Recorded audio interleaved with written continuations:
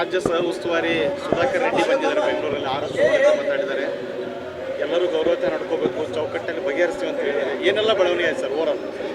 ದಿಲ್ಲಿಯಲ್ಲಿ ಭಾರಿ ಅಪಮಾನ ಆಗಿದೆ ನಮಗೆ. ಯಾರೂ ಭೇಟಿ ಆಗಲಿಲ್ಲ ಹೈಕಮಾಂಡ್.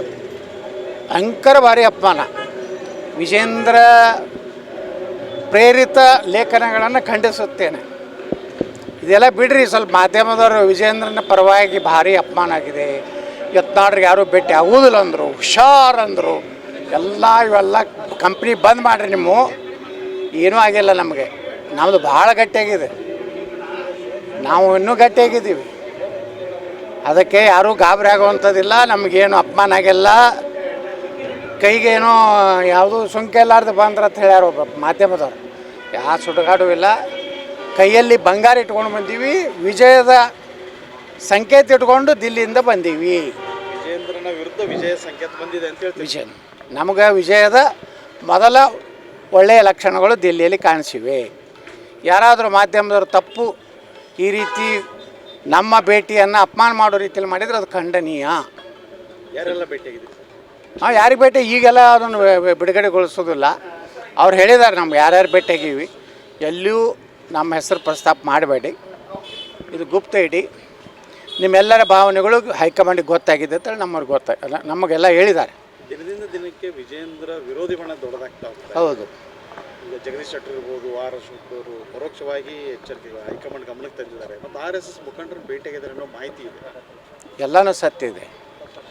ಎಲ್ಲರೂ ಮನಸ್ಸಿನಲ್ಲಿ ವಿಜೇಂದ್ರ ಮುಂದುವರಿಬಾರ್ದು ಅನ್ನೋದು ಇದೆ. ವಿಜೇಂದ್ರ ಒಬ್ಬ ಇಮ್ಯಾಚ್ಯೂರ್ಡ್, ಯಾವ ಪಕ್ಷ ಸಂಘಟನೆ ಗೊತ್ತಿಲ್ಲ, ಏನು ಅನುಭವ ಇದೆ ಹೇಳಿ ನೋಡೋಣ. ಬರೀ ನಮ್ಮ ತಂದೆ ಹೆಸರು ಹೇಳ್ಕೊಂಡು ತಂದೆ ಬಂಡವಾಳ ಮೇಲೆ ಜೀವನ ಆಗೋದಿಲ್ಲ. ಸ್ವಂತ ನಮ್ಮ ಶಕ್ತಿನೂ ಬೇಕು, ನಮ್ಮ ಬುದ್ಧಿವಂತಿಕೆ, ನಯ ವಿನಯ, ಸಂಘಟನೆ, ಕಾರ್ಯಕರ್ತರಿಗೆ ಗೌರವ ಕೊಡೋದು, ಹಿರಿಯರಿಗೆ ಗೌರವ ಕೊಡೋದು. ಅವ್ರ ಅಪ್ಪ ಮುಖ್ಯಮಂತ್ರಿ ಇದ್ದಾಗ ವಸೂಲಿ ಮಾಡೋದು ಮಾಡಲಿ.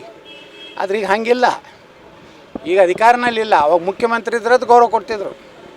ಈಗೇನಿದೆ, ನೀವು ರಾಜ್ಯಾಧ್ಯಕ್ಷನಾಗಿ ಯಾರ ಮ್ಯಾಗೆ ದಬಾಯಿಸ್ಲಿಕ್ಕಾಗೋದಿಲ್ಲ, ಏನಾಗೋದಿಲ್ಲ. ಇವ್ರನ್ನ 3 ನಮ್ಮ ವಿಚಾರಗಳನ್ನು ನಾವು ಹೇಳಿದ್ದೀವಿ. ಒಂದನೇದ್ದು ಕುಟುಂಬ ರಾಜಕಾರಣದಿಂದ BJP ಮುಕ್ತ ಮಾಡಬೇಕು. 2ನೇದು ಭ್ರಷ್ಟ ಕುಟುಂಬದಿಂದ BJP ಮುಕ್ತ ಆಗಬೇಕು. 3ನೇದು ಹಿಂದುತ್ವ ಆಧಾರದ ಮೇಲೆ ಭಾರತೀಯ ಜನತಾ ಪಾರ್ಟಿ ಕರ್ನಾಟಕದಲ್ಲಿ ಯಾವ ರೀತಿ ನರೇಂದ್ರ ಮೋದಿಯವ್ರ ದೇಶದಲ್ಲಿ ಉತ್ತರ ಪ್ರದೇಶದಲ್ಲಿ ಹೋಗಿದ್ದಾರೆ ಅಂಥವ್ರ ನಾಯಕತ್ವವನ್ನು ಕೊಡಬೇಕು. ಇದನ್ನ 3 ಬೇಡಿಕೆಗಳು. ನಾನು ಮಾತಾಡಿದ್ರೆ ಎದುರಾಳಿಗಳ ಆತ್ಮಸ್ಥೈರ್ಯ ಕುಗ್ಗುತ್ತೆ ಅಂತ ಯಾರು ಹೇಳ್ತಾರೆ? ವಿಜೇಂದ್ರ ಹೇಳಿ. ನಾ ಮಾತಾಡಿದ್ರೆ ಇನ್ನೂ ನನ್ನ ಬಗ್ಗೆ ಏನಾರು ಮಾತಾಡಿದ್ರೆ ಅವನ್ನೆಲ್ಲ ಬಿಚ್ಚಿಡ್ತೀನಿ. ನನ್ನ ಬಲ್ಲಿಯೂ ಇದೆ ಇವೆಲ್ಲ ನಾಟಕ. ಬ್ಲ್ಯಾಕ್ ಮೇಲು ನೀ ಎಷ್ಟು ಯಾರ್ಯಾರಿಗೆ ಮಾಡಿದ್ದಿ, ನಿನ್ನ ಬಲ್ಲಿ ಏನೇನೋ ನಾಟಕ ಮಾಡಿದ್ದಿ, ನಿನ್ನ ಬಲ್ಲಿ ಒಂದು ಟೀಮ್ ಇದೆ ಬ್ಲ್ಯಾಕ್ ಮೇಲ್ ಮಾಡೋಲ್ಲ, ಒಂದು ಟೀಮ್. ಇವೆಲ್ಲ ಬಿಟ್ಟುಬಿಡು ವಿಜೇಂದ್ರ, ಇದಕ್ಕೆ ಯಾರೂ ಅಂಜೋರಲ್ಲ. ನೀ ಏನಾರ ನಾಟಕ ಮಾಡಿದ್ರೆ ನಮ್ಮ ಬಲ್ಲಿನೂ ಸಾಕಟ್ಟಿದೆ. ನಾಳೆ ಫಲಿತಾಂಶ ಸಲುವಾಗಿ ಕೆಲವರು ಹೈಕಮಾಂಡ್ ವಿಳಂಬ ಮಾಡ್ತಾ ಇದ್ದಾರೆ ಅಂತ ಸರ್. ಎಲ್ಲರನ್ನ ಕರೆದ ಮಾತಿದೆ. ನಾಳೆ ಫಲಿತಾಂಶ ಮುಗಿಯುತ್ತೆ, ಆಮೇಲೆ 10ನೇ ತಾರೀಕೇನೋ ಕರೀತಾರೆ ಅಂತ. ಕರೀಲಿ, ನನಗೇನು ಮಾಹಿತಿ ಇಲ್ಲ, ನಮ್ಗೆ ಯಾರೂ ಎಚ್ಚರಿಕೆ ಕೊಟ್ಟಿಲ್ಲ. ಅದು ಆರ್ ಅಶೋಕ್ ಅವರು ಇವತ್ತು ಅವ್ರ ಹೇಳಿಕೆ, ಅವರು ಆರ್ ಅಶೋಕ್ ಅವರು ಸಹ ಹೇಳಿದ್ದಾರೆ ಎಲ್ಲರ ಪ್ರೀತಿ ಗಳಿಸೋದವರು ಅಧ್ಯಕ್ಷ ಆಗ್ಬೇಕಂತ ಹೇಳ್ಯಾರೆ. ಇವತ್ತು ನಿರಾಣಿ ಹೇಳಿದ್ದಾರೆ, ಅಪ್ಪ ಮಾಡಿದ್ದಕ್ಕೆ ಮಗಗೂ ಎಲ್ಲ ಅದನ್ನು ಕ್ರೆಡಿಟ್ ಸಿಗಬೇಕು ಅನ್ನೋವಂಥದ್ದು ನಿರಾಣಿ ಸಹಿತ ವಿರೋಧ ಮಾಡಿದ್ದಾರೆ. ಇದೆಲ್ಲ ಏನು ಸಂಕೇತ ಕೊಡ್ತದಂದರೆ ಭಾರತೀಯ ಜನತಾ ಪಾರ್ಟಿ ಕರ್ನಾಟಕದಲ್ಲಿ ಹೊಸ ಯುಗ ಪ್ರಾರಂಭ ಆಗಲಿಕ್ಕೆ ಮೊದಲ ಪ್ರಳಯ, ಗಾಳಿ, ಮಳೆ, ಬೆಂಕಿ, ಚಂಡಮಾರುತ ಎಲ್ಲ ಬೀಸಿ ಮತ್ತು ಶಾಂತವಾದ ವಾತಾವರಣ ಕರ್ನಾಟಕಕ್ಕೆ ಬರ್ತದೆ. BJPಯಲ್ಲಿ ಒಳ್ಳೆಯ ನಾಯಕತ್ವ ಕರ್ನಾಟಕದಲ್ಲಿ ಸಿಗ್ತದೆ. ದೇಶಕ್ಕೆ ಹಂಗೆ ನರೇಂದ್ರ ಮೋದಿಯವರು ಸಿಕ್ಕಾರೆ, ಉತ್ತರ ಪ್ರದೇಶಕ್ಕೆ ಹಂಗೆ ಯೋಗಿ ಸಿಕ್ಕಾರೆ, ಕರ್ನಾಟಕ ಒಬ್ಬ ಹಿಂದುತ್ವದ ನಾಯಕ ಸಿಗ್ತಾನೆ. ಯಾರು ನಾವು ಎಲ್ಲರೂ ಒಂದದೀವಿ. ಯಾವುದೇ ಜನಾಂಗದಲ್ಲಿ ಕೊಟ್ಟರು ಸಹ ನಾವು ಸಮಾಧಾನ ಇದ್ದೀವಿ. ಲಿಂಗಾಯತರಿಗೆ ಕೊಡಬೇಕಂತೇನಿಲ್ಲ. ಈ ದಲಿತರೊಳಗೂ ಯೋಗ್ಯ ಅಧ್ಯಕ್ಷರಾಗೋರು ಇದ್ದಾರೆ, ST ಜನಾಂಗದಲ್ಲಿಯೂ ಯೋಗ್ಯ ಅಧ್ಯಕ್ಷರಾಗೋರು ಇದ್ದಾರೆ, ಹಿಂದುಳಿದ ವರ್ಗದಲ್ಲಿಯೂ ನಮ್ಮಲ್ಲಿ ಯೋಗ್ಯ ಅಧ್ಯಕ್ಷರಾಗೋರು ಇದ್ದಾರೆ, ಬ್ರಾಹ್ಮಣರಲ್ಲಿಯೂ ಸಹಿತ ನಮ್ಮಲ್ಲಿ ಯೋಗ್ಯ ಅಧ್ಯಕ್ಷರಾಗೋರು. ಅಂದರೆ ಜಾತಿ ಒಳಗೆ ಸಮರ್ಥ ಅಧ್ಯಕ್ಷರು ಭಾಳ ಮಂದಿ ಇದ್ದಾರೆ. ಬರೀ ಯತ್ನಾಳಿಲ್ಲ, ವಿಜೇಂದ್ರ ಇಲ್ಲ, XYZ ಇಲ್ಲ, ಎಲ್ಲ ಜನಾಂಗದಲ್ಲಿಯೂ ಒಳ್ಳೆಯ ನಾಯಕತ್ವ ಇದೆ. ಪಕ್ಷ ಜಾತಿ ಸಮೀಕರಣ ನೋಡಿ ಪಕ್ಷಕ್ಕೆ ಯಾರಿಂದ ಹೆಚ್ಚು ಲಾಭ ಆಗ್ತದೆ, ಹೆಚ್ಚು ಮತದಾರನ ಪಕ್ಷದ ಕಡೆ ಸೆಳೆಯುವಂಥ ಶಕ್ತಿ ಯಾರಿಗಿದೆ ಅವ್ರು ಮಾಡ್ತಾರೆ. ನೋಡಿ ಎಲ್ಲರದು ಇದೆ. ಅದೇ ದಲಿತರು ಬಂದರೆ ಈಗ 2-3 ಮಂದಿ ಹೆಸರಿದೆ, ST ಜನಾಂಗ ಬಂದರೆ 2-3 ಮಂದಿ ಇದ್ದಾರೆ.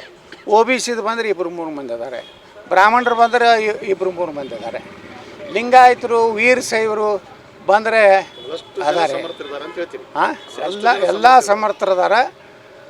ಇವತ್ತೇನು ವಿಜೇಂದ್ರಗೆ ಇನ್ನೊಂದು ಕಿವಿ ಮಾತು ಹೇಳ್ತೀನಿ, ಫೇಕ್ ಲಿಂಗಾಯತ ಫೇಕ್ ಅಕೌಂಟ್ಗಳನ್ನು ತೆಗೆದು, ವೀರಶೈವ ಲಿಂಗಾಯತದ ಫೇಕ್ ಅಕೌಂಟ್ ತೆಗೆದು ಯಾರ್ಯಾರಿಗೂ ಬಾಯಿಗೆ ಬಂದಾಗ ಮಾತಾಡುವಂಥದ್ದು ಮಾಡಿದ್ರೆ ನಿನಗೆ ಸಹ ಅದೇ ದಾಟಿಯಲ್ಲಿ ನಾವು ಅದಕ್ಕೆ ಉತ್ತರ ಕೊಡ್ತೀವಿ. ನೀನು ನಡೆಸಿಯಲ್ಲ, ಈಗ ಫೇಕ್ ಲಿಂಗಾಯತರದ್ದು ಒಂದು ಟೀಮ್ ಮಾಡ್ಯಾನ ನಮ್ಮ ಯುವ ನಾಯಕ, ಅವರನ್ನು ಮುಂದಿನ ಮುಖ್ಯಮಂತ್ರಿ ಕಾಣಲಿಕ್ಕೆ ಈ ಒಂದು ಅಕೌಂಟ್ ಅಂತ ಹೇಳಿ ಹಾಕ್ತಾಯಿದ್ದಾರೆ. ನೀ ಮಾಡಿದಂದ್ರೆ ನಿಮ್ಮ ಅಪ್ಪನ ಅಂಥ ಅಕೌಂಟ್ಗಳು ನಾವು ಮಾಡ್ತೀವಿ. ನಾವು ಹಿಂದುತ್ವದ ಕಾರ್ಡ್ ಆಡ್ತೀವಿ, ನೀನು ಲಿಂಗಾಯತರ ಕಾರ್ಡ್ ಆಡಿ. ಸರಿ, ಮೊನ್ನೆ ಒಂದು ವಿಷಯ ಪ್ರಸ್ತಾಪ ಇದೆ ಅಂತಾರೆ, ವಿರೋಧ ಪಕ್ಷದ ನಾಯಕನ ಬದಲಾವಣೆ ಮಾಡಿ ತಮ್ಮ ಹೆಸರು ನಿಮಗೆ ಆಫರ್ ಕೊಟ್ಟರು ಭೇಟಿ? ಯಾವುದೂ ಆಫರ್ ಇಲ್ಲ, ಯಾವುದೂ ಚರ್ಚೆ ಇಲ್ಲ. ಎಲ್ಲ ಸಮಗ್ರವಾಗಿ ರಾಜ್ಯಾಧ್ಯಕ್ಷರ ಒಂದು ಏನು ಚುನಾವಣೆ ಆಗ್ತದೆ, ಅದ್ರ ಮೇಲೆ ಆ ಜಾತಿ ಸಮೀಕರಣ ಮೇಲೆ ಮತ್ತೆ ಹೊಸ ಸಮೀಕರಣ ಪ್ರಾರಂಭ ಆಗ್ತದೆ. ಈಗ ಸೌದಿಯವರು ಇದನ್ನು ಹೇಳಿದ್ದಾರೆ ಸರ್, ಇಬ್ಬರು ಬದಲಾಗ್ತಾರೆ. ಸೌದಿಯವರು ತಮ್ಮ ಪಕ್ಷದಾಗ ನೋಡ್ಕೊಳ್ಳಿ. ಕಾಂಗ್ರೆಸ್ನಾಗ ದೊಡ್ಡ ಕತ್ತಿ ಬಿದ್ದೈತೆ ದಾಟದಾಗ. BJP ಒಳಗೆ ಬಿದ್ದು ನೊಣದ ಬಗ್ಗೆ ಯಾಕೆ ಚಿಂತೆ ಮಾಡ್ತಾರೆ? ತಮ್ಮ ಪಾರ್ಟಿದು ನೋಡ್ಕೊಳ್ಳಿ. ಅಲ್ಲಿ ಒಬ್ಬ ರಾಹುಲ್ ಗಾಂಧಿ ಸಿದ್ದರಾಮಯ್ಯಿಂದ, ಪ್ರಿಯಾಂಕಾ ವಾಡ್ರಾ ಮತ್ತು ರವ್ವ ಯಾರು DK ಶಿವಕುಮಾರಿಂದ ಅವಕ್ಕೂ ತಾಳಿಲ್ಲ ಮೇಳಿಲ್ಲ. BJP ತೊಗೊಂಡು ಏನು ಸುಡಾಡ್ ಮಾಡೋರದಾರವರು. ಈಗ ನಿಮ್ಮದು ಸಿಂಗಲ್ ಅಜೆಂಡಾ ರಾಜ್ಯಾಧ್ಯಕ್ಷರು? ನಮ್ದಲ್ಲಿ ಸಿಂಗಲ್ ಅಜೆಂಡ ಇಲ್ಲ. BJPಯ ಇಲ್ಲಿ ರಾಜ್ಯದಲ್ಲಿ ಅದನ್ನು ಪುನರುತ್ಥಾನ ಮಾಡಬೇಕಾಗಿದೆ. ಅರ್ಹರ ಕೈಗೆ ಅರ್ಹರ ಕೈಗೆ, ಯೋಗ್ಯರ ಕೈಗೆ ಮಾಡಬೇಕು.